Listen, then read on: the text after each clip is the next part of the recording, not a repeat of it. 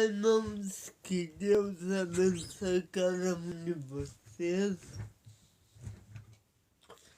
Essa será uma live rápida, uma live onde nós procuraremos expor com profundidade, com fidelidade o texto sagrado, onde procuraremos ver a palavra de Deus sendo pregada em qualquer tempo, em qualquer era, em qualquer momento da história. E hoje eu quero conversar com vocês sobre um assunto bem importante que às vezes passa batido e a gente muitas vezes não se pergunta realmente o que ela é. O assunto de hoje é o que é a Escritura Sagrada. O que é a Escritura Sagrada? O que é a Bíblia? Bom, a palavra Bíblia vem do original grego Biblos, né? B-I-B-L-I-O. Biblos. E esse significa Biblos no original grego significa um conjunto de livros pequenos. Então, a Bíblia é uma biblioteca de livros. Isso que é o termo Bíblia.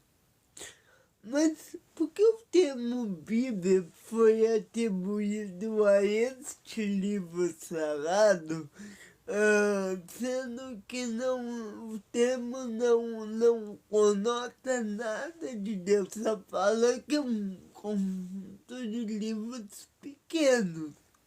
Mas o termo não conota algo que leva a característica principal da Bíblia. Por quê? Bom, eu não tenho essa resposta. Agora, o que eu sei é que a Bíblia, ela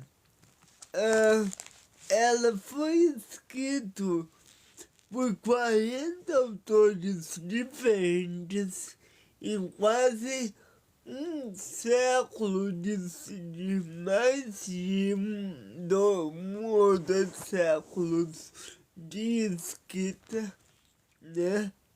Muito mais, porque aí entre Apocalipse e Moisés a gente tem milênios aí, né? E a Bíblia, gente, ela é o nosso manual. Ela é o guia do cristão. Ela é a fonte de luz e de verdade. A fonte que jorra para a vida eterna. A fonte que nos traz a palavra, como está lá em João 1. No princípio é a palavra, e a palavra estava com Deus, e a palavra era Deus. Ou seja, a Bíblia Sagrada, ela é uma expressão da palavra encarnada de Deus. Eu sempre digo que no contexto de João 1, nós temos ali três sentidos da palavra verbo. A gente tem a palavra revelada, que é Cristo, a palavra, ou melhor, a palavra encarnada, que é Cristo, a palavra revelada, que são as Escrituras, e a palavra dita, né, ou a palavra de agora, a revelação, né? Então, as Escrituras, Cristo, as Escrituras e as outras revelações.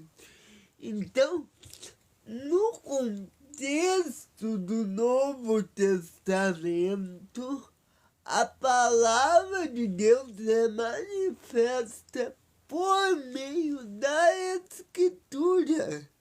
É a Escritura que nos dá a fonte da vida eterna, que é Cristo.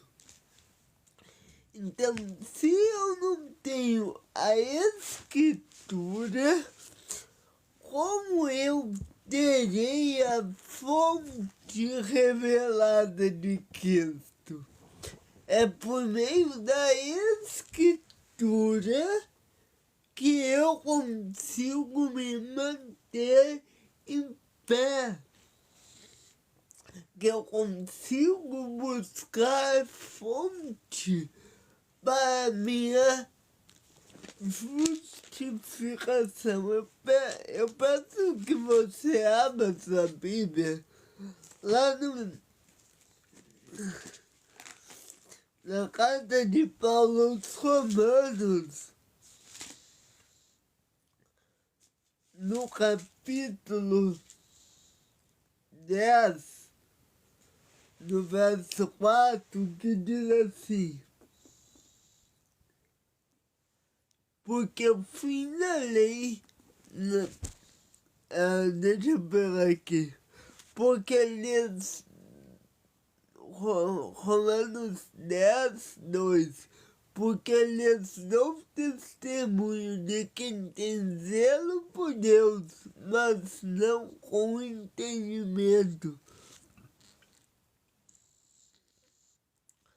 Porque não conhecendo a justiça de Deus e procurando estabelecer sua própria justiça, não se sujeitaram à justiça de Deus.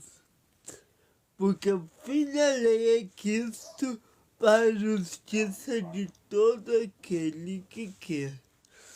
Eu peguei esse exemplo, não é sobre o nosso assunto hoje, mas por meio da carta de Paulo aos Romanos, nós podemos ter uma visão da palavra que nos leva ao caminho da justificação pela fé, que nos leva à justificação pela fé em Cristo. Então, é a palavra revelada que nos dá testemunho e nos aponta o caminho para Jesus Cristo. Então, a Bíblia Sagrada, ela é um conjunto de pequenos livros, como já dito anterior, que aonde nós construímos um raciocínio, um ponderamento sobre aquelas razões, sobre o que a Escritura declara que é verdade. A verdade não é algo relativo, mas a verdade é algo que está posto, fundamentado na palavra de Deus, como diz Paulo aos Hebreus no capítulo 11. A palavra de Deus é aquilo que nos traz a fé, que nos traz o amor, que nos traz a retidão. Olha, fé é o fundamento das coisas que se esperam e a prova das coisas que não se veem. Como eu tenho fé? Quando eu estudo a palavra de Deus, quando esta palavra entra na minha vida, então a Bíblia, o assunto de hoje é a Bíblia Sagrada. É por meio da escritura, por meio dessa coleção, desculpa, de pequenos livros, que eu posso ter apresentado na minha vida a vontade revelada de Deus, a vontade que Ele tem para mim. Em Salmos capítulo 1, o salmista deixa bem claro para nós o que ele queria que nós pudéssemos ver a palavra. Em Salmo capítulo 1 diz: bem-aventurado o homem que não anda no 12, ele diz: antes tem o seu prazer na lei do Senhor, e na sua lei medita de dia e de noite. Então, quando eu estudo a palavra de Deus, a minha fé é renovada, o meu amor por Cristo é renovado, e também a minha disposição em obedecer a Cristo é renovada. Porque se eu não conheço esse Cristo, como terei um relacionamento com Ele? Porque se eu não o conheço, então eu não posso ter um relacionamento sólido para com Ele. É o que a gente muitas vezes diz, que existe na nossa cultura, que basta eu ter fé, basta eu ir à igreja uma vez por ano, basta eu orar de vez em quando, que eu já tô quente com Deus. Mas Deus, ele não quer algo por obrigação, não. Deus quer um relacionamento. E eu só quero, assim, graça, conhecimento e, portanto, um relacionamento, se eu estou alicerçado na palavra de Deus. Inclusive, tem uma frase que diz que quer falar com Deus, olha, quer que Ele fale contigo, leia, estude as Escrituras. Até Jesus Cristo, ele disse: estude as Escrituras, porque é elas que testificam de mim. Então, a gente vê uma convergência doutrinária na Escritura. Por quê? Porque o Antigo Testamento apontava para Cristo. O Novo Testamento olha para aquilo que aconteceu. Então, o Antigo Convênio com um novo convênio, convergem em Cristo. Então, no século zero, toda a humanidade olhou para Cristo, os que vieram antes e os que vieram depois. Qual a diferença dos salmos do Antigo Testamento e dos salmos de hoje? É que os salmos do Antigo olhavam para o Cristo que viria através de ordenanças do Antigo Testamento. Os de hoje olham para o Cristo que já veio e aproveitam a restituição da raça. Mas os dois se convergem em Cristo, tornando-se assim um uníssono da revelação sagrada e do que podemos chamar de uma revelação uníssona. O que é uma revelação uníssona?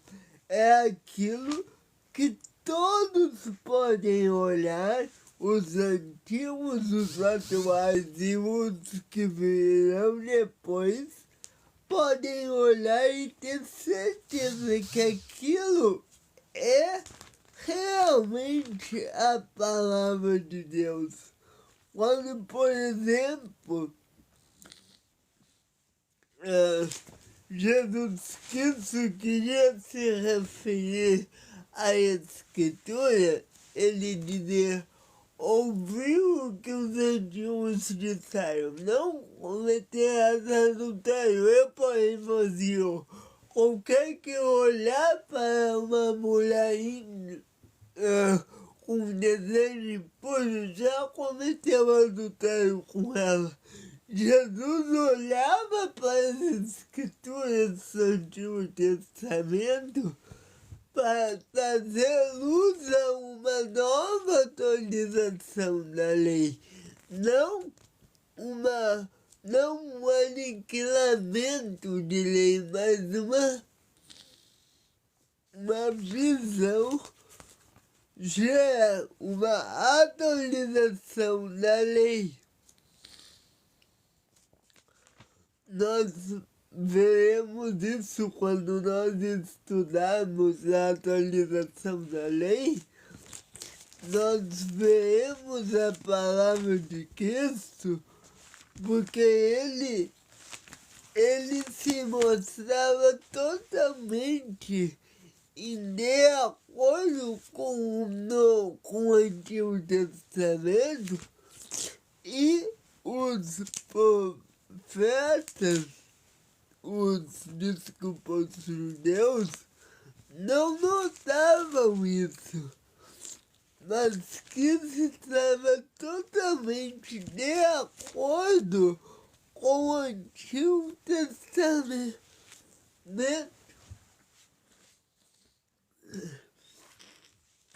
Por exemplo, deixa eu pegar uma passagem aqui, 1 minuto. Em Mateus capítulo,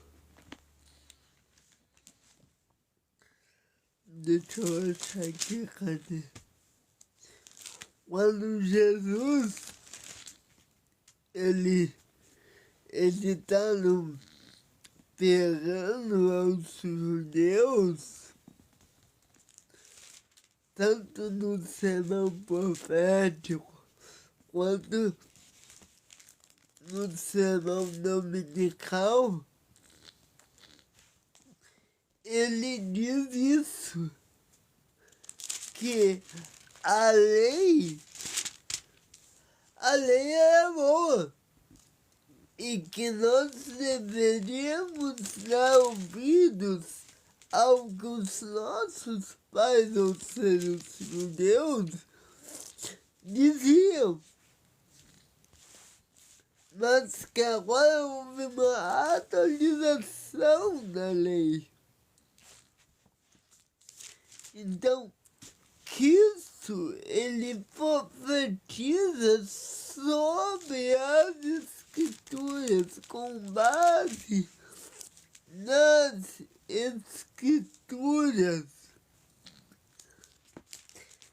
Jesus, ele nos traz a paz. Hoje em dia, na revelação das escrituras, eu não achei a passagem aqui, mas Jesus, ele testificou para nós o que era a escritura. O que é a escritura, certo? Porque ele sabia da importância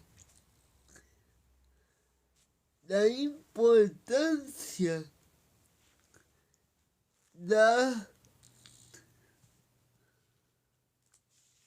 vida de Cristo. Ele sabia da importância de nós. Por exemplo, João capítulo 5, que é a passagem que nós estávamos falando. Deixa eu achar aqui. João.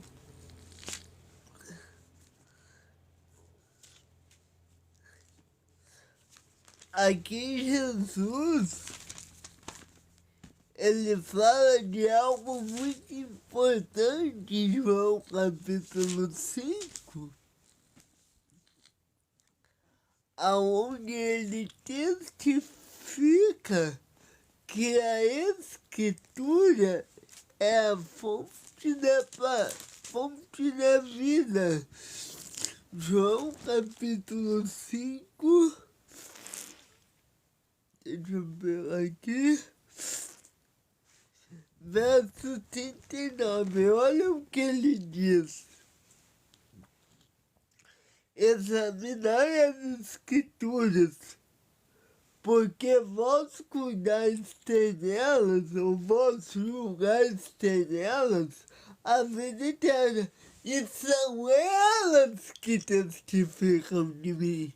Ou seja, Jesus está pondo sobre ele o que os profetas tinham anunciado. E ele nos diz que ele é a lei, ele é a vida, ele é aquele que nos traz a paz. Por exemplo, o Senhor a Moisés, ele diz o seguinte, em Deuteronômio capítulo 31, o Senhor, ele diz para nós, diz para Moisés que Moisés não deveria se desviar dessa lei, porque essa é a lei que testificava tanto de Deus o Pai quanto de Deus o Filho.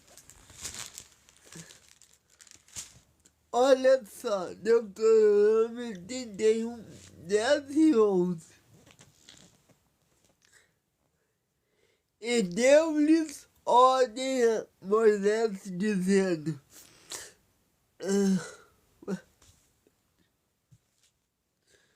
e peguei errado.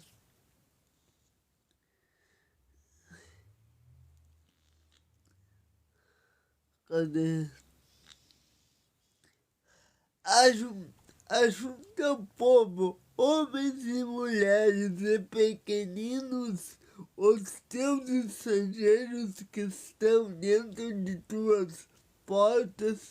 para que ouçam e aprendam e temam o Senhor vosso Deus e tenham cuidado de cumprir todas as palavras dessa lei, e que seus filhos que não souberem ouçam e aprendam a temer ao Senhor vosso Deus todos os dias que viverdes sobre a terra com ídeos, passando o Jordão para a possuir. Aqui Moisés está terminando o seu ministério e ele diz que nós, que os filhos de Israel deveriam ouvir as escrituras e aprender delas o que o Senhor queria lhes passar. Por exemplo, em Amós capítulo 15, verso 17, o profeta, ele diz assim: